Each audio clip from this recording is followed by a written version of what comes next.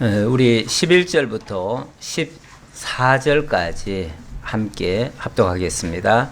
3일 반 후에 하나님께로부터 생기가 그들 속에 들어가며 그들이 발로 일어서니 구경하는 자들이 크게 두려워하더라.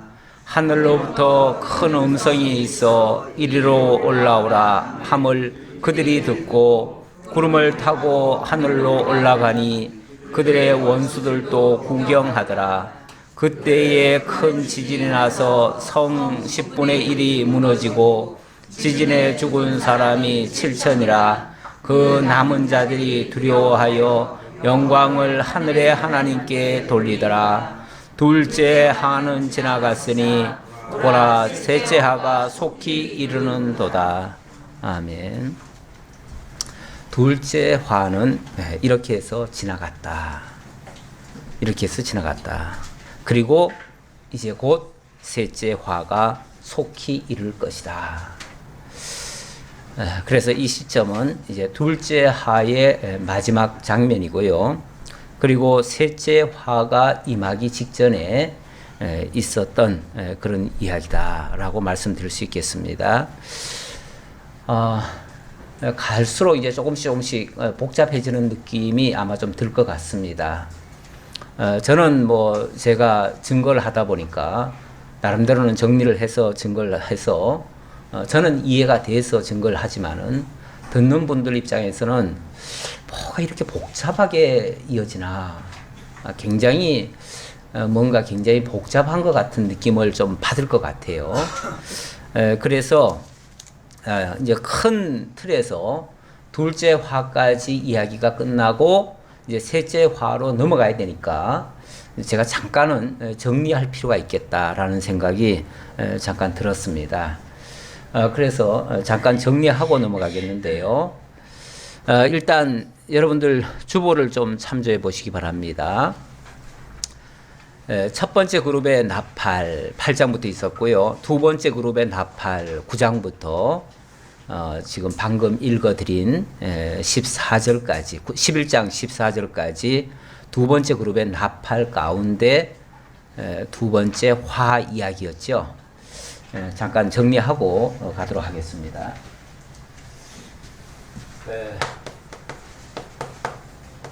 첫 번째 그룹의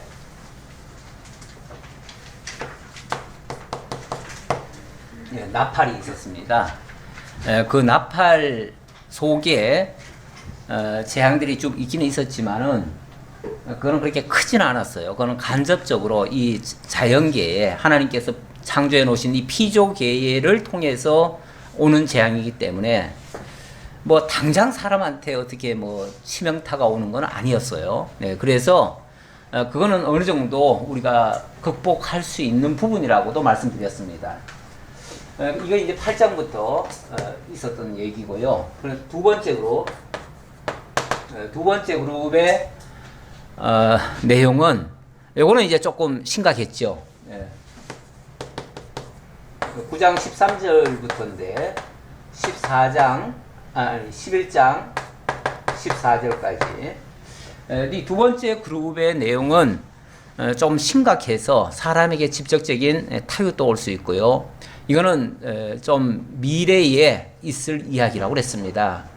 그래서 이거는 엄청난 유브라데 강을 중심으로 한 엄청난 화가 있을 것이다. 엄청난 충격이 있을 것이다. 이거는 어찌 보면 어느 한 지역 이야기가 아니라 전 지구적인 이야기고 전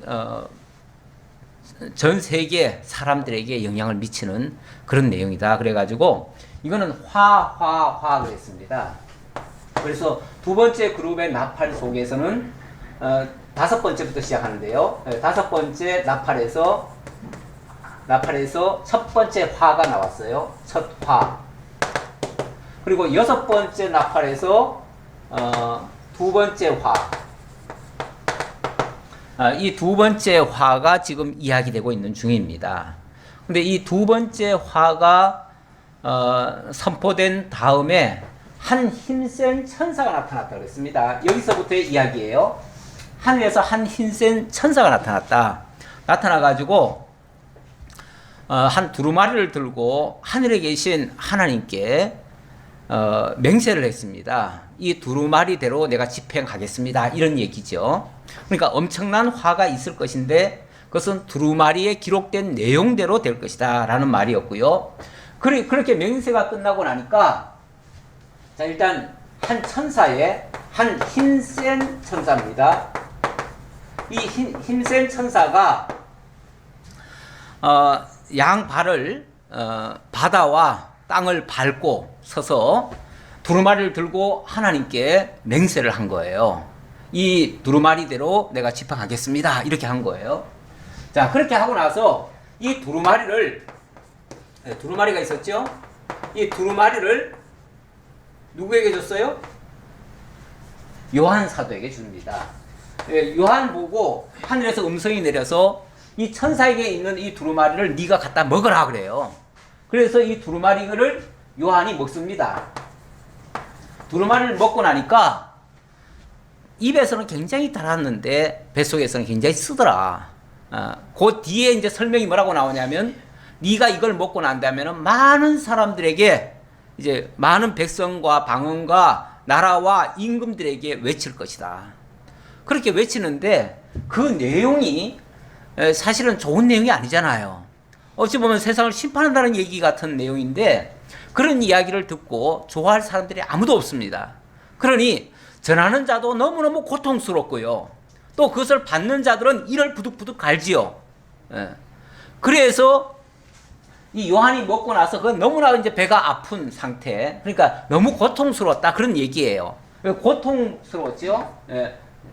고통이라고 얘기합시다. 뭐, 성경대로 표현은 배가 쓰렸다. 이렇게 이제 표현을 했는데, 이제 그냥 쓸까요? 배가 쓰더라.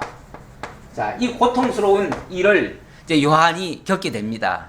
그런데 이 내용을 실제로 증거하는 자는 따로 있습니다. 증거하는 자는 누구냐면은 바로 두 증인이에요. 두 증인이 나타나요.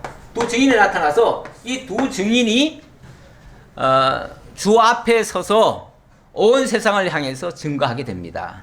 증거하는 내용은 이 두루마리에 기록된 내용이겠죠. 우리가 그 내용까지는 자세히 몰라도 두루마리라고 하는 자체가 지금으로 말하면 성경이에요. 성경이기 때문에 이 성경의 내용을 가지고 온 세상에 전파했어요. 그런데 이 두 증인을 뭐라고 소개를 하냐면 주 앞에 서 있는 누구다? 감람나무와 촛대다. 촛대. 근데 자세히 보니까 그 두 증인은 감람나무와 촛대들이에요. 물론 이것도 얼른 이해가 좀 잘 안 될 수가 있어요. 그러니까 이거는 어떤 특정인, 어떤 개인, 사람을 이야기하는 게 아니고요. 어떤 단체 같은 걸 얘기하는 거예요. 단체 같은 걸 얘기하는데, 그래서 이 두 증인, 바로 이 감람과 촛대가 무엇인가에 대해서는 좀 설명이 필요했어요. 왜냐하면 그 뒤에 여러 가지 이야기가 또 나오는데, 이런 것들을 뭐라고 얘기를 하냐면, 영적으로 하면 이렇게 나오거든요. 그래서 그 설명이 좀 더 필요한데, 자, 일단 이렇게 두 증인이 증언을 했다 그랬습니다. 자, 증언을 하고 나니까 그 증언을 들은 온 세상이 발칵 뒤집히죠. 그들이 좋아할 리가 없지요. 그러니까 어떻게 해요? 그 두 증인을 죽여버려요. 죽이는데 누가 죽이느냐 하면 무저갱에서 올라온 사자가 그를 쳐 죽이더라는 거죠. 그래서 무저갱에서 사자가 올라와요. 무저갱의 사자가 그를 죽여요. 자, 죽이고 나서 바로 장사를 치르는 것이 아니고 3일 반 동안 길에다가 그냥 던져놔요.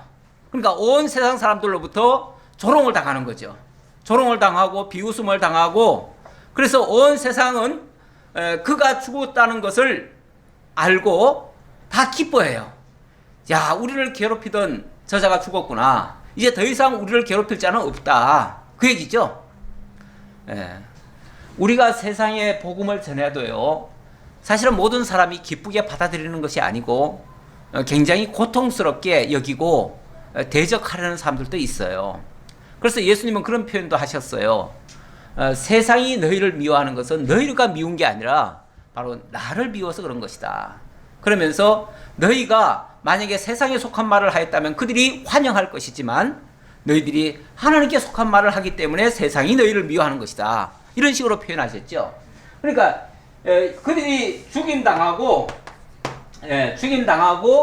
그리고 길에서 3일간 버려졌다 그랬어요. 자, 이렇게 되면은 그리고 이제 이들은 온 세상은 이제 잔치가 벌어져요. 잔치. 세상은 왜냐하면 우리를 괴롭히던 자를 죽여 없앴으니까, 제거했으니까. 그래서 우리는 이제 평안하다. 그래서 10절에 보면 그런 말이 나오죠. 이 두 선지자가 땅에 사는 자들을 괴롭게 한 고로 땅에 사는 자들이 그들의 죽음을 즐거워하고 기뻐하여 서로 예물을 보내리라 하더라. 3일 반 후에 하나님께로부터 생기가 그들 속에 들어가며, 그런데 엄청난 반전이 일어납니다. 반전이 일어나요. 3일 반 후에 무슨 일이 일어나요? 죽었던 두 증인이, 두 선지자가 살아났어요. 갑자기 하나님께로부터 생기를 받아가지고 벌떡 일어나 버린 거예요. 사람이 사실 산다, 죽었다라고 하는 거, 우리 인생이 원래 어떻게 지음받았어요? 원래 흙으로 지음받았죠? 흙으로 지음받았는데 하나님의 생기가 들어가는 순간 뭐가 됐죠? 생명이 됐어요. 살아 움직이는 존재가 됐다 그 말이에요. 그래서 사람이 살았다고 하는 것은 하나님의 생기가 있으면 살아있는 것이고 생기가 없으면 죽는 거예요. 그러니까 그 사람 죽었다 하는 것은 생기가 끊어졌다는 얘기예요. 그런데 하나님의 생기가 다시 들어가니까 다시 살아나더라. 이거는 물론 성경에 가끔씩 하나님께서 죽은 자를 살리는 역사가 있었는데 그럴 때마다 결국은 하나님의 생기로 인해서 살아나는데, 물론 영원한 부활은 예수 그리스도밖에 없습니다. 하지만 이제 표적적으로 하나님께서 죽은 자를 살리는 장면은 있었습니다. 자, 그런데 여기는 두 증인이 다시 살아났다 그랬습니다. 다시 살아나니까 이거는 이제 완전히 새로운 역사가 일어나는 거죠. 자, 그냥 살아나는 정도가 아니라 그들이 발로 일어서니 구경하는 자들이 크게 두려워하더라. 조금 전까지 잔치하던 자들이, 이 세상에 힘있고 권세 있는 자들, 그래서 자기들 손으로 죽였다고 큰소리 치던 자들, 그리고 또 저들 때문에 이제 우리 고통은 끝났다라고 기뻐하던 자들, 그들이 다 두려워 떠는 거죠. 살아나니까. 뿐만 아니라 하늘로부터 큰 음성이 있어 이리로 올라오라 함을 그들이 듣고 구름을 타고 하늘로 올라가니 그들의 원수들도 구경하더라. 이제 3일 반 후에 쉽게 말하면 부활한 거예요. 부활했는데 부활한 것뿐이 아니라 승천까지 했어요. 부활 승천했어요. 완전히 역사는 새롭게 바뀌는 거죠. 그때에 큰 지진이 나서 성 10분의 1이 무너지고 지진에 죽은 사람이 7천이라. 그 남은 자들이 두려워하여 영광을 하늘의 하나님께 돌리더라. 자, 그때에 동반되는 일이 뭐냐면 큰 지진이 나더라는 거죠. 자, 지진이 나서 여기서 수많은 사람들이 성도 10분의 1이나 무너지고, 이거는 사실은 요한이 본 상태를 지금 적어 놓은 거예요. 요한이 본 상태를 적어 놨기 때문에 정확한 실제 수라고 할 수는 없어요. 그냥 그래서 이거는 상징적이라고 밖에는 할 수가 없는데, 어쨌든 성이 굉장히 많았는데, 자기가 보는 앞에서 많이 있었는데 한 10분의 1이 사라지더라는 거죠. 자, 그걸 있는 그대로 적었고, 그리고 죽은 사람들이 엄청나게 많은데 자기가 보니까 한 7천 명 정도 되는 것 같더라. 그 말이에요. 이게 실제 7천이라는 얘기는 아니에요. 그가 본 숫자의 7천이죠. 왜냐하면 세상에 7천밖에 없겠어요. 그리고 그 대적하는 사람들이 7천밖에 없었겠어요. 그러나 어찌 보면 본보기로 죽게 했을 텐데 그들이 7천이더라. 그렇게 하고 나니까 그 남은 자들이 두려워하여 영광을 하늘의 하나님께 돌리더라. 자, 그래서 남은 자들이, 자, 이 지진, 쉽게 말하면 하나님의 진노가 있었죠. 이게 하나님의 진노예요. 자, 하나님의 진노 끝에 무슨 일이 발생했냐면은 예, 많은 사람이 죽었어요. 죽고 나니까 그들이 하나님께 뭘 하더라? 두려워하여 영광을 하늘의 하나님께 돌리더라. 두려워하여 영광을 돌리더라. 이 영광을 돌린다는 표현은요, 뭐 우리가 보통 영광, 찬양 이렇게 같이 그냥 쓰기는 하는데 그 내용이 하나님의 은혜의 영광을 찬양할 수도 있고 또 하나님의 진노의 영광, 두려움의 영광을 찬양할 수도 있어요. 우리 믿는 사람들이라면 당연히 하나님께서 베풀어 주신 그 은혜의 영광을 깨닫고 찬양을 하겠죠. 그러나 하나님을 알지 못하는 자들은 하나님의 은혜를 몰라요. 모르니까 무서운 것만 발견하는 거예요. 두려운 것만 깨달아요. 그러니까 그 두려움의 영광을 하나님께 돌리더라는 거죠. 야, 이게 하나님이 하셨구나. 하나님 이렇게 무서운 분이네. 와, 하나님 정말 두렵다. 이렇게 하는 것도 하나님께 영광을 돌리는 거예요. 이 세상 사람은요, 결국은 모두가 다 하나님의 피조물들이기 때문에 모든 피조물은 하나님께 영광을 돌리게 돼 있어요. 돼 있는데 우리가 좋은 의미에서 은혜의 영광을 찬양할 수도 있고 영광을 돌릴 수도 있지만 또 반대로 하나님을 알지 못하는 자들은 진노의 영광을 하나님께 돌릴 수밖에 없어요. 그래서 이렇든 저렇든 모든 인류는 하나님께 영광을 돌릴 수밖에 없어요. 그것은 하나님이 하셨다는 걸 인정할 수밖에 없다. 그 얘기예요. 로마서 9장에서도 보면 그래서 바로도 하나님께서 당신의 영광을 드러내기 위해서 지었다고 그랬어요. 근데 바로가 일평생 한 일은 뭐예요? 하나님 대적한 일이었어요. 하나님 대적하고 하나님의 백성들 죽이는 일, 그 일만 했는데 그러다가 뭘 깨달았냐면은 하나님이 정말 살아계시다는 걸 알았어요. 뒤늦게. 그렇다고 하나님을 믿고 구원받았다는 얘기가 아니라 그분은 너무너무 두려운 분이고 그분은 감히 무서워서 접근을 할 수가 없는 분이라는 걸 알았어요. 그러니까 그분 정말 무서운 분이다. 그분은 진짜 살아있는 분은 맞다. 이렇게 이제 인정을 한 거예요. 그게 바로도 하나님 당신의 영광을 온 천하에 선포하기 위해서 쓰는 당신의 종이라는 거예요. 진노의 영광 드러내기 위한 종이라는 거죠.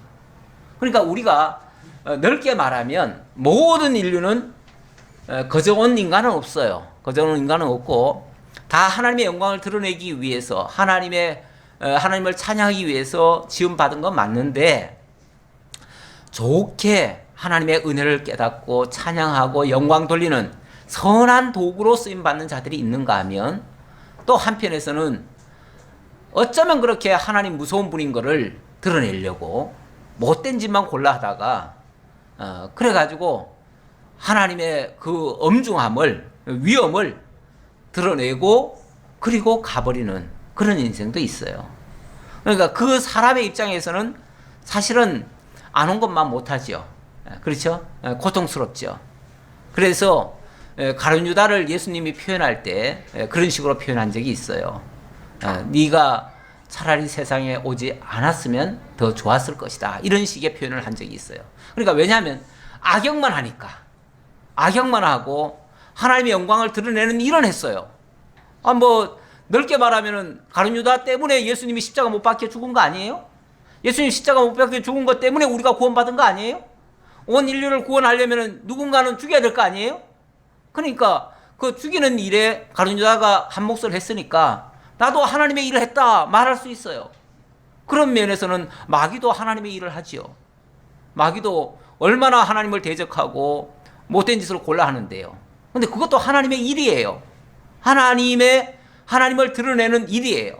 하지만 그거는 정말 악역을 감당하는 거다 그 말이죠. 우리가 악역에 쓰임 받으면 안 되죠. 모든 인류가 다 하나님 앞에 쓰임은 받는데 악역에 쓰임 받으면 안 된다.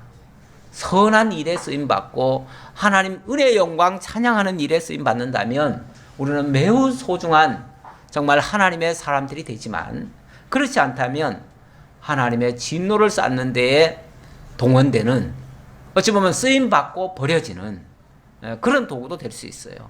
수많은 악한 나라들이 하나님의 악의 도구로 쓰임 받았다가 끝나버린 그런 경우도 참 많습니다.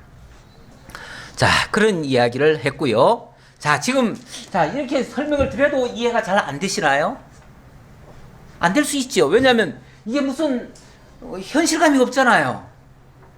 지금 당장 우리 앞에서 이런 일이 펼쳐진다고 하면은 도저히 이게 뭐 하나도 어느 거 하나도 지금 납득이 안 되잖아요. 이게 너무 동떨어진 얘기 같고 그래서 이해가 좀 안 될 수 있어요. 안 될 수 있는데 일단은 성경에 기록된 그대로 일단은 들으시고요. 그리고 그것에 대한 의미를 또 우리가 찾아봐야 돼요. 이것이 왜 이렇게 표현이 됐는가를 살펴봐야 되는데 그걸 보자면은 그 전에 무슨 얘기가 하나 나오냐면은 앞에서 많은 이야기가 나오다가 이런 얘기가 나와요. 8절에 보면요. 그들의 시체가 큰 성길에 있으리니 그 성은 영적으로 하면 소돔이라고도 하고 애굽이라고도 하니 곧 그들의 주께서 십자가에 못 박히신 곳이라 이렇게 얘기를 하네요. 지금 쭉 얘기를 하다 말고 자 여기 두 증인이 이 복음을 전하다가 결국 맞아 죽었어요. 무적행의 사자에게 죽임당했어요. 죽임당해서 버려진 곳이 어디냐면은 여기 어디라고 그래요? 애굽이라고도 하고 소돔이라고도 하고 주께서 십자가에 못 박히신 곳이다. 이렇게 얘기를 하네요. 여기가 이 장소가 어디냐면은 이 무적행의 사자에게 죽임당한 이 장소가 어디냐면은 애굽이기도 하고 소돔이기도 하고 주 예수께서 십자가에 못 박히셔서 죽으신 장소래요. 그러면 예수께서 십자가에 못 박히신 장소가 어디예요? 실제로는 예루살렘이고 예루살렘에도 구체적으로 갈보리 언덕 갈보리 이 갈보리라고 하는 곳은 원래 해골골짜기라는 그런 뜻이고요. 예루살렘이라고 하는 곳은 정말 이스라엘의 거룩한 성도 아니에요? 결국 넓게 말하면 예루살렘이에요. 그러니까 애굽이라고도 할 수 있고 소돔이라고도 할 수 있고 예루살렘이라고도 할 수 있다. 무슨 말이 이런 말이 있어요? 영적으로 하면 이렇다 그 얘기예요. 그러니까 이 표현들이 어찌 보면 실제적인 이야기와 실제적인 이야기라는 것은 요한이 본 그대로 그걸 이제 실제적인 거고요. 또 그것의 의미는 영적인 의미가 있는 거예요. 영적인 의미도 있고 상징적인 의미도 있어요. 왜냐하면 요한이 볼 수 있는 한계라는 것이 너무나 큰 범위인데 자기가 보는 눈은 지금 얼마 안 돼요. 한정돼 있어요. 그래서 언뜻 보면 애국 같기도 하고 어떻게 보면 또 소돔 같기도 하고 그런데 또 알고 보니까 또 예루살렘 같더라는 거죠. 뭐 애굽이라고 하는 것은 어찌 보면 큰 도시고요. 큰 나라고요. 예루살렘이라고 하는 것은 아주 거룩한 곳이고요. 소돔이라고 하는 것은 아주 또 부패하고 정말 더러운 그런 곳이에요. 타락한 곳이에요. 어찌 보면 판이하게 다를 것 같은데 어쨌든 요한의 눈에는 이렇게 비쳤다는 거예요. 이렇게 비친 거예요. 네. 자, 이곳에는 만약에 우리가 뭐 다른 것 떠나서 이거는 뭐 그냥 부패한 거니까 부패한 곳은 오히려 잘 드러나요. 잘 드러나는데 뭐 세상의 모습이 어찌 보면 이런 모습 아니에요? 언뜻 보면 그렇죠? 이런 모습이에요. 그런데 그곳에는 또 거룩한 모습을 띠는 자들도 있을 수가 있어요. 이런 자들은 어찌 보면 하나님을 믿는다고 겉으로는 하는 자들일 수 있어요. 진짜 하나님의 사자를 대적하고 죽이려 하고 이런 자들이 꼭 저 세상 사람들만 그런 게 아니고요. 경우에 따라서는 믿는다고 하는 자들이 그럴 수도 있다는 얘기예요. 어쩌면 지금 교회라 일컬어지는 곳에서도 거꾸로 말하면은 소돔 같은 곳도 있을 수 있고요. 애국 같은 곳도 있을 수 있고요. 물론 거룩한 예루살렘 같은 곳도 있을 수 있겠죠. 그래서 그곳이 만약에 하나님을 정말 모시고 하나님의 진리의 말씀만을 오롯이 증거한다면 뭐 예루살렘이라고도 할 수 있겠죠. 거룩한 하나님의 성도들이 모여 있는 곳, 그런 곳일 수 있어요. 그런데 그곳에 정말 악다구니 쓰고 온갖 음모와 계략과 세상 방식이 다 판치고 이런 장소라면 그것은 소돔 같은 곳일 수도 있는 거예요. 그러니까 하나님을 대적하는 자들이, 하나님의 복음을 거스르는 자들이 꼭 저 세상에만 있다고 말할 수 없어요. 경우에 따라서는 하나님의 교회 안에도, 하나님의 교회라고 일컬어지는 그런 장소 안에도 하나님을 대적하는 자들이 있을 수 있다라는 하나의 경고로 우리가 받을 수 있어요. 그러나 더 중요한 것은, 그게 중요한 건 아니고요. 자, 하나님의 복음은 올바로 증거하다 보면은 받는 자들보다 사실은 이 배가 쓰린 것처럼 거부하는 자들이 더 많을 수 있다. 더 많은 자들은 그래서 이 증인이 증언하는 그 말을 안 들으려고 한다. 귀를 닫으려고 한다. 귀를 닫는 게 이게 굉장히 심각한 문제예요. 만약에 우리도 정말 하나님의 말씀이 잘 안 들려오고 세상 말이 더 잘 들려오고 세상 성공하고 세상 부여하게 되고 여기에 말씀만 자꾸 들려오고 정말 주의 제자도를 가르치는 그런 진리의 말씀에 대해서는 자꾸만 거부감이 든다면, 괜히 자꾸 부정적으로 들려진다면 나도 어느 사이에 지금 이런 곳에 와 있을 수도 있다, 그런 얘기예요. 나의 심령 상태가. 왜냐하면 이걸 영적으로 하면 이렇다고 했기 때문에 지금 이 부분도 사실은 우리가 영적으로 해석할 수밖에 없는 내용이라 그런 얘기예요. 그래서 이런 이야기들은 어찌 보면 우리 주 예수 그리스도가 가신 길 아니에요? 예수 그리스도께서 가셨던 그 길이에요. 그 모습이에요. 그 모습을 두 증인도 지금 그대로 하다가 죽임을 당하는 거예요. 그리고 이거는 이제 마지막 때에 또 이런 증인의 증언이 있을 것이고, 그럴 때에 엄청난 교회의 핍박이 있을 수 있다라는 것을 또 예고하고 있는 내용이기도 해요. 그러면 이 두 증인이 무엇이냐도 이제 설명이 됐어야 되는데, 제가 지난번에 그렇게 설명드렸어요.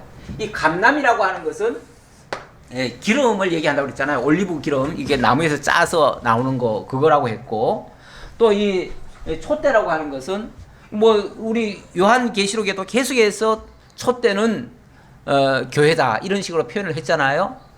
그리고 이제 교회다. 그리고 이 감람이라고 하는 것은 바로 기름 부음을 얘기하는 건데, 기름 부음이라고 하는 것은 바로 성령을 얘기하는 거다. 그렇게 말씀드렸어요. 그리고 실제로 구약에 하나님 앞에 서 있는 두 증인에 대해서 스가랴서가 이야기한 바가 또 있고요. 이런 것들을 다 종합하면, 그리고 이제 요한계시록 22장 16절인가요? 22장 16절에 보면 나 예수는 교회들을 위하여 내 사자를 보내어 이것들을 너에게 증언하게 하였노라. 자, 예수께서, 천상에 계신 예수께서 증인을 보내가지고 증언하게 했대요. 근데 그 증언자가 누구냐면 17절에 보면 성령과 신부가 말씀하시기를 오라 하시는도다. 듣는 자도 오라 할 것이요 목마른 자도 올 것이요 원하는 자는 값없이 생명수를 받으라. 이렇게 외쳤다는 거예요. 그 외친 자가 누구냐면 성령과 신부라, 이렇게 얘기를 했어요. 그래서 성령과 신부라고 했는데, 이 감람은 바로 기름 부음을 얘기하는 것이고, 기름 부음이라고 하는 것은 바로 성령의 사역이거든요. 그러니까 성령이 하시는 일, 성령이 증거하는 일, 오늘날도 지금도 성령이 계속 우리에게 하는 일이 있어요. 기름 부음의 역사를 해요. 그러면 그 기름 부음의 역사가 뭐냐? 무슨 콩기름 같은 걸 갖다가 머리에 붓는 걸 얘기하는 게 아니고요. 그런 기름이 아니고, 예수께서 하신 말씀을 생각나게 하고 깨닫게 하고, 그래서 믿어지게 하고, 그래서 우리의 속사람, 죽었던 심령을 다시 살리시고 이렇게 거듭나게 하는 역사, 그걸 기름 부음이라 이렇게 얘기를 해요. 자꾸 성령세를 이상하게 자꾸 해석하시는 분이 있는데 그런 거 아니에요. 성령세례라고 하는 것은 바로 성령께서 우리에게 거듭나게 하는 역사를 얘기하는 거예요. 자, 그리고 이 신부라고 하는 거는 신부가 뭐예요? 신부가 머리 대신 그리스도를 우리 성경에 비유적으로 비밀적으로 얘기할 때 뭐라고 얘기하냐면 신랑이라고 그래요. 신랑. 그래서 예수님과 이 교회를 가리켜서 머리와 몸 이렇게도 표현하고요. 신랑과 신부로도 표현하고요. 여러 가지 비유로 많이 얘기를 하시는데 성령과 신부가 바로 이 교회죠. 이 본문에서는 감람과 촛대 이렇게 얘기를 했어요. 감람과 촛대라고 얘기했는데 이 촛대는 곧 또 교회라고도 했잖아요. 설명이 나왔잖아요. 나왔고 신부라는 말도 결국은 교회를 얘기하는 거예요. 그리스도의 몸된 교회. 그래서 이 지상교회의 복음을 하나님의 복음을 온전히 증거하는 기관이 어디냐면 바로 교회라는 거예요. 교회인데 그 교회가 그냥 무조건 말씀만 전하면 되는가? 그게 아니고 성령께서 기름 부으신 자들에게 이게 말씀이 증거돼야 그들이 깨닫고 하나님께로 돌아올 수 있어요. 그래서 성령과 교회가 함께 이 역사를 하는 거예요. 이 말씀 증거의 역사를 함께 하는 거예요. 그러니까 목사만 잘 가르친다고 해서 모든 말씀이 다 깨달아지는 게 아니고요. 또 성령의 기름 부음만 있다고 해가지고 증거가 되는 게 아니고요. 반드시 성령의 역사와 교회에서 정말 말씀 선포의 역사가 함께 이루어져야 하나님의 말씀은 온전히 증거되어진다. 그런 뜻이에요. 자, 이렇게 해서 두 번째 화가 지나갔다. 그렇게 얘기합니다. 그러니까 지금 이런 얘기가 지금 여기서 한 힘센 천사로부터 출발해가지고 두루마리가 등장하고 두루마리에 의해서 역사들이 일어나고 그것 때문에 죽임을 당하고 고통을 받고 그러나 결국은 승리하더라. 이 두 증인이 결국은 승리한 거 아니에요? 부활 승천했으면 승리한 거죠? 승리했는데 이런 역사가 이 두 번째 화 속에 있는 내용이다. 그 얘기죠. 자, 이렇게 해서 둘째 화는 지나갔으나 보라 셋째 화가 속히 이르는도다.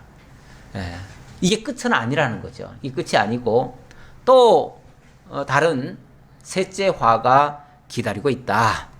자, 그러면 셋째 화는 어떻게 전개되는가? 15절로 넘어갑니다. 15절부터는 마지막 천사의 나팔입니다.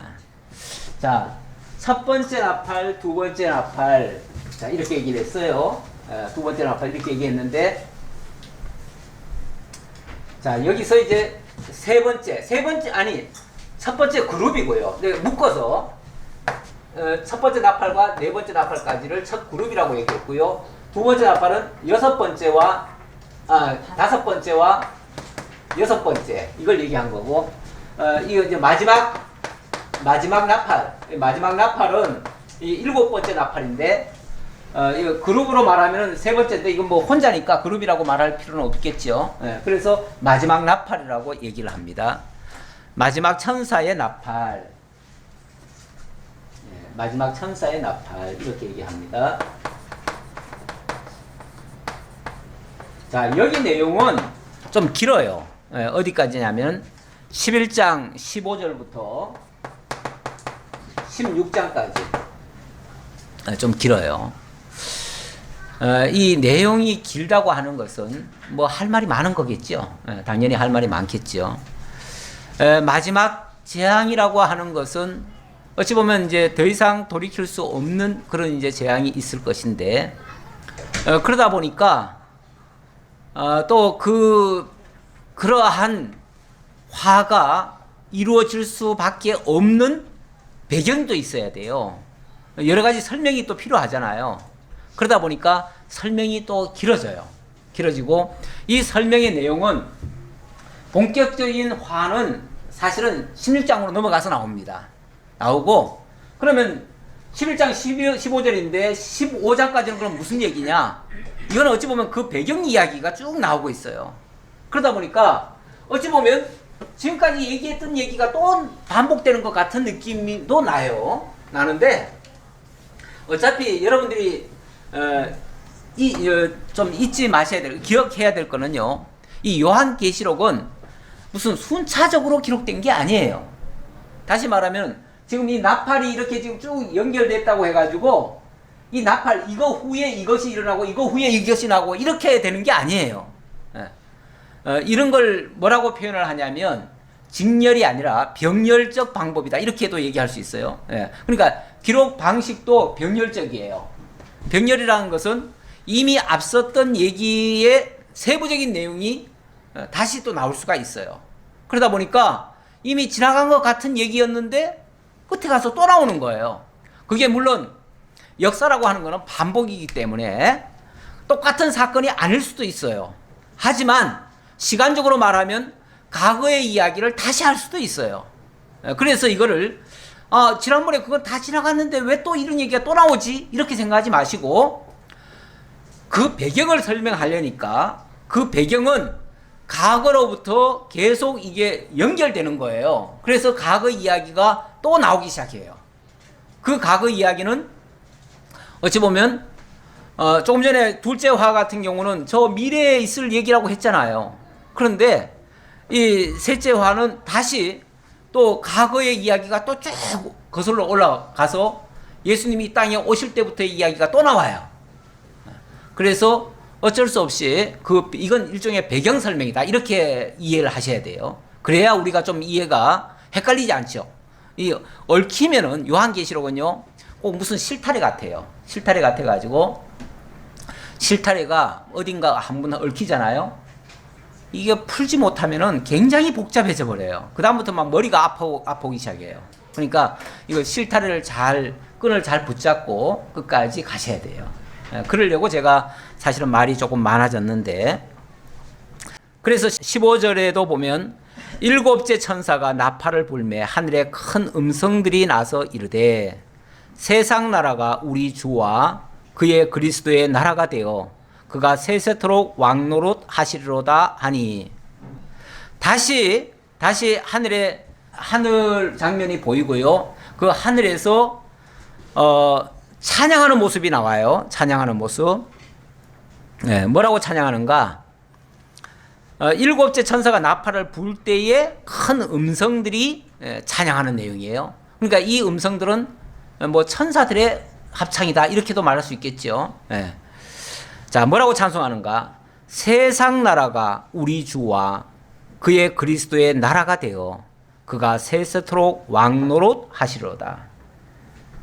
세상 나라가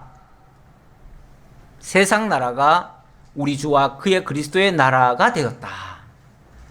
그러니까 최종 승리는 뭘로 이루어진 거죠? 주의 나라로 완성됐다 그 얘기죠. 어찌 보면 미래사를 얘기하는데 이 장면을 본 시점은 과거예요. 그렇죠? 이 기록이 언제 기록됐죠? 그렇죠. 95년경. 예수님 오신 때로부터 95년경. 서기 95년경이죠. 95년경에 요한 사도가 이 장면을 보고 기록을 한 겁니다. 근데 그때에 하늘에서의 음성을 들었는데 이미 주의 나라가 완성됐다. 그 얘기예요. 그러니까 주의 나라는 우리가 이 시간 세계 속에 살고 있는 우리 입장에서는 아직 좀 더 있어야 될 것 같잖아요. 아직 좀 멀은 것 같잖아요. 그렇죠? 아직은 아닌 것 같다라는 생각이 좀 들지 않아요. 그렇죠? 그런데 이미 요한 사도는 2000년 전에 뭐라고 얘기했냐면 이미 주의 나라가 완성됐다 그 얘기예요. 완성됐다. 어찌 보면 영원한 세계에서는 승리가 완성된 겁니다. 완성된 것이 이 땅에서는 그 승리를 향해서 펼쳐져 가고 있는 중이에요. 그러니까 이 땅은 펼쳐진 세상이고요. 저 나라는 영원한 세상이에요. 영원한 세상에서는 이미 만세 전부터 하나님께서 하나님의 예정 가운데 하나님의 나라가 시작되었고, 그리고 이 역사를 하나님이 펼쳐 놓으시고, 그리고 그 나라는 이미 완성하셨어요. 완성하셨는데 지금 우리가 살고 있는 이 땅에서는 우리가 지금 아직까지 뭔가 덜 이루어진 것 같은 느낌이죠. 그래서 시공형을 초월해버리면은 우리는 이미 영원한 하나님의 나라에 지금 기속이 돼 있는 거라 다름없어요. 다름없는데 아직까지 우리는 아직 그것을 아직 못 보고 있어요. 못 보는 거는 이 땅에서 깨달으라는 거예요. 이 땅에 있으면서 그것을 발견하고 깨닫고 그래서 그 영광을 찬양하게 하기 위한 그래서 이 땅을 우리가 뭐라고 얘기를 하냐면 계시세계라고 그래요. 계시세계인데 하나님의 그 능력과 영광 하나님의 그 존재와 이 모든 것을 깨닫게 하기 위한 교육장소예요. 교육장소. 교육장소인데 우리도 가끔씩 교육받으러 광야 같은 데를 가잖아요. 거친데.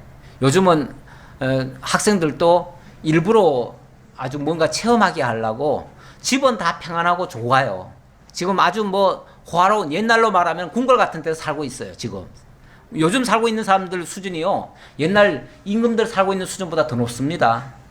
우리가 그렇게 좋은 환경에서 지금 살고 있는데 가끔씩 거기 그렇게 좋은 데만 살고 있다 보면요. 정말 좋은 줄을 몰라요. 그러니까 과거 옛 사람들이 고달프게 살았던 그걸 체험하게 하려고 일부러 어디를 보내요? 체험장에 보내요. 그래가지고 때로는 천막도 쳐놓고 제가 지난 주간에 휴가 좀 다녀왔는데 휴가 가보니까 여기저기 텐트 쳐놓고 거기서 재밌다고 놀고 그래요. 근데 사실은 거기가 자기 집보다 더 편한 장소일까요? 절대 그렇지 않아요. 편하지 않아요. 그런데 그게 좋은 줄 알고 그렇게 뭔가 거기 가서 자연과 더불어 뭔가를 발견하기 위해서 가는 거죠. 우리가 지금 그런 경험을 자꾸 하는 이유는 뭔가 하나라도 배우려고 가는 거지 거기 가서 뭐 편하게 살자고 가는 건 아니에요. 편하지 않아요. 나가면 고생이에요. 나가면은 요즘은 태양도 너무 뜨겁고요. 낮에는 너무 뜨겁고 몸도 타고요. 여기저기 안 좋은 거 나중에 갔다 오면요. 후유증 나와요. 예. 그래도 가는 이유는 거기서 배울 게 있으니까 그래서 가는 것 뿐이에요. 우리를 하나님께서 영원한 천국에 바로 그냥 직행할 수도 있는데 이 땅에 남겨놓으신 이유는 이 땅에서 배울 게 많아서 그래요. 깨달아야 될 게 많아서 그래요. 자, 그런데 이미 영원한 나라에서는 이 세상 나라가 이미 우리 주와 그와 그리스도의 나라가 되어서 세세토록 그가 왕노릇하고 있다. 이걸 지금 보여주고 있어요. 그걸 찬양하고 있어요. 이미 승리한 거예요. 이미 우리는 승리를 해놓고 이 땅에서 그거 지금 그 답사가고 있는 중이에요. 답사. 승리의 길을 답사하고 있는 중이에요. 그런데 이 살다 보면은 때로는 안 좋은 것도 만나죠. 만나기는 만나는데 그 안 좋은 거를 만남으로써 오히려 그 나라가 좋다는 것을 알게 되고요. 또 우리 주님의 통치도 깨닫게 돼요. 그래서 그런 거 체험하게 하기 위해서 가는 거예요. 자, 그렇게 보시고요. 하나님 앞에서 자기 보좌에 앉아있던 24장로가 엎드려 얼굴을 땅에 대고 하나님께 경배하여 이르되 감사하옵나니. 여기는 24장로가 또 나오네요. 우리 초반에 24장로가 나와서 찬양하는 모습 나왔었죠. 사실 그때 장면이 마지막에 가도 또 나와요. 이런 장면이 계속해서 반복될 수밖에 없어요. 왜냐하면 천상에 가면은 우리가 찬양할 것밖에 없어요, 사실은. 이 24장로는 우리의 대표예요. 우리의 대표니까 결국 우리라고 해도 상관없어요. 우리라고 해도 가언이 아니에요. 자, 그들이 엎드려 얼굴을 땅에 대고 하나님께 경배하여 이르되 감사하옵나니. 감사합니다. 우리가 정말 하나님 앞에 할 말은 감사밖에 없어요, 사실은. 다 은혜로 주어졌기 때문에 감사밖에 할 게 없어요. 감사하옵나니. 감사하는 내용을 이제 소개를 안 할 수가 없죠. 옛적에도 계셨고 지금도 계신 주 하나님 곧 전능하신 이여. 이 옛적에도 계셨다는 말은 이 세계가 창조되기 전에도 계셨다 그런 얘기고요. 자, 지금은 이제 이 창조된 세계에도 하나님이 지금 계시다 그 얘기고요. 지금도 계시다는 말은 자, 그분이 전능하시기 때문에 모든 것을 다 이렇게 역사하셨다 그 얘기예요. 전능하신 이여 친히 큰 권능을 잡으시고 왕노릇 하시도다. 신이 우리 모두를 다스려 주셨도다 그 말이죠. 이방들이 분노하며 주의 진노가 내려 죽은 자를 심판하시며 좋은 선지자들과 성도들과 또 작은 자든지 큰 자든지 주의 이름을 경외하는 자들에게 상 주시며 또 땅을 망하게 하는 자들을 멸망시키실 때로소이다 하더라. 아까 두 번째 화에서 증언자들을 무정에서 나온 세력이 그게 이제 악한 사단의 권세죠. 그리고 사단의 권세와 그 사단의 조종을 받은 이 세상 짐승 정부, 짐승 세계죠. 그들이 다스리던 그 세계를 우리 주님께서 다 승리하셔서 다스린다는 거죠. 그래서 그리스도의 나라로 바꾸셔서 주님이 진노하셨다는 거예요. 그리고 그 나라를 하나님의 나라로 바꾸어서 누구에게 주었다고요? 그 종 선지자들과 성도들과 작은 자든지 큰 자든지 주의 이름을 경외하는 자들에게 상으로 주셨다. 이 하나님의 나라를 상으로 준 거예요. 그러니까 상이라고 하는 것은 어쩌면 은혜로 거저 준 거지요. 거저 준 건데 우리 하나님이 이 하나님의 나라를 저들에게 다 주었다 그 말이에요. 그래서 그 상으로 받은 자들이 은혜의 감동에서 하나님을 찬양하는 내용입니다. 하더라. 이에 하늘에 있는 하나님의 성전이 열리니 성전 안에 하나님의 언약궤가 보이며 또 번개와 음성들과 우레와 지진과 큰 우박이 있더라. 하늘에 있는 하늘 성전이 열렸다. 하늘 성전. 자, 이제 하늘 성전. 자, 이런 걸 다 보여주고 얘기를 합니다. 하늘 성전이 있고 하늘 성전 안에 또 뭐가 있어요? 언약궤가 있더라. 이 언약궤라고 하는 것은 하나님의 말씀을 담은 그릇이잖아요. 이 하나님의 말씀은 바로 성경이죠. 오늘날로 말하면 성경이죠. 성경이고 성경은 곧 하나님의 언약과 성취의 내용으로 기록되어 있기 때문에 그래서 언약궤라고 얘기를 했고 이것이 하늘 성전에 있더라. 그러니까 이 땅의 성전은 사실은 다 실패한 성전이죠. 어찌 보면 솔로몬이 성전을 지었지만 그 솔로몬 성전은 진짜 오래 못 가고 바벨론에 의해서 완전히 파괴를 당했죠. 그리고 스룹바벨 성전을 다시 지었지만 또 헤롯에 의해서 그것이 헐어지고 헤롯이 새로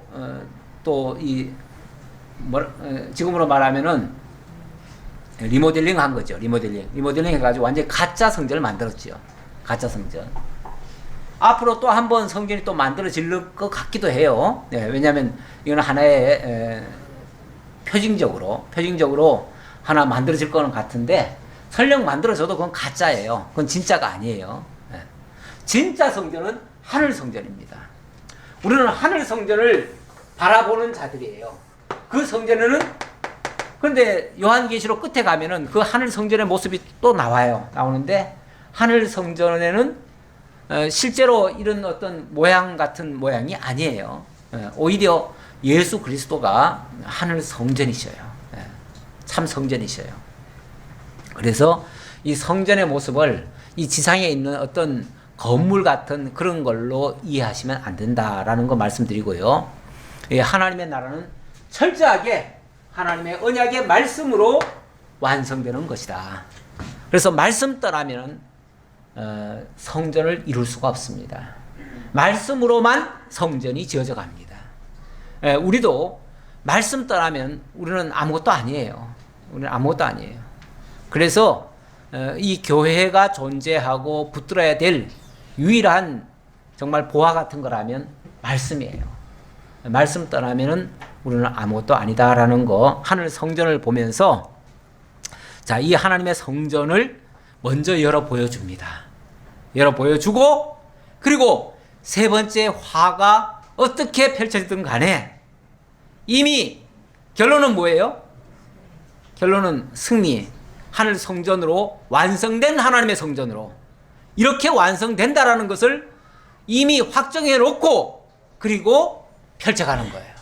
그러니까 펼쳐가는 거는 어디까지나 계시가 목적이지 그렇게 해서 어떻게 변한다는 게 아니에요.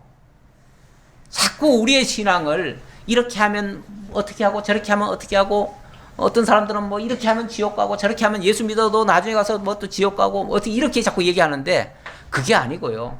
우리 하나님은 이미 하늘 성전을 완성해 놓고 거기에 과거로부터 그래서 옛적에도 계셨고 하는 말이 그 말이에요. 옛적에 이미 하나님이 계셔서 이렇게 짓기로 설계하셨고 그리고 지금 이렇게 완성하셨고 그 얘기예요. 그래서 옛적에도 계셨고 지금도 계신 그분이 이렇게 완성된 하늘 성전을 보여주시니 너무 감사합니다. 이미 승리한 성전을 보여주시니 너무 감사합니다. 이제 우리에게 그 나라를 이제 선물로 주시니 또한 감사합니다. 이렇게 지금 찬양하는 내용이에요. 자, 그래 놓고 이제부터 이제 무서운 이야기들이 좀 나올 수도 있어요. 나오는데 무서운 이야기 해봤자 그거는 뭐예요? 아무것도 아니에요. 제가 그 철로 역정 얘기하면서 그런 얘기 했잖아요. 천성을 향해서 가는 전도자가 계속 가는 도중에 막 무서운 짐승들이 막 집어삼키려고 으르렁거리고 온갖 무서운 역사를 다 해요. 그런데 하나도 건드리지 못해요. 그냥 우리는 우리 갈 길을 가면 되는 거예요. 천성을 향해서 그냥 뚜벅뚜벅 걸어가면 되는 거예요. 걸어가 보면은 아무도 못 건드려요. 왜? 다 묶여져 있어서. 하나님의 천사가 이미 다 묶어놓은 거예요. 대적들은 이미 패배한 거예요. 사실은 패배했는데 그러면 패배한 자들이 왜 저렇게 겁을 주느냐? 우리 하나님만 바라보라고 하나님만 향해서 가라고 그렇게 하시는 거예요. 그러면서 어찌 보면 훈련하는 거예요. 네. 우리 신앙생활 하면서 너무 두려워하지 맙시다. 무서운 일이 발생한다고 곧 말할 것처럼 걱정하지 맙시다. 이미 승리해놓고 시작하는 거예요. 그러니까 무슨 일을 만나든지 당당하고 떳떳하고 힘차게 내 할 일 할 수 있는 거예요. 그렇게 하시면서 승리를 맛보시면서 영광 돌리면서 찬양하면서 기뻐하면서 감사하시는 여러분들 다 되시기를 진심으로 기원합니다. 아버지 하나님 감사합니다. 우리에게 날마다 좋은 것으로 주시면서 영원한 하나님의 나라를 소망하게 하시고 확정된 그 나라를 우리에게 주시기 위하여 오늘도 그 길을 걸어가게 하시는 우리 하나님, 우리 앞에 여러 가지 어려운 일들이 발생할 수 있지만 그 모든 것은 하나님을 배우게 하시려는 하나님의 특별한 섭리인 줄 알고 겸손히 받아들이며 또 기쁨으로 나아갈 수 있는 저희 모두가 되도록 인도해 주옵소서. 그리하여 삶 속에서 하나님의 인도하심과 동행하심을 깨닫고 늘 하나님 앞에 감사하고 기뻐할 수 있는 성숙된 신앙들 다 될 수 있도록 함께해 주옵소서. 감사드렸고 예수님의 이름으로 기도하옵나이다. 아멘.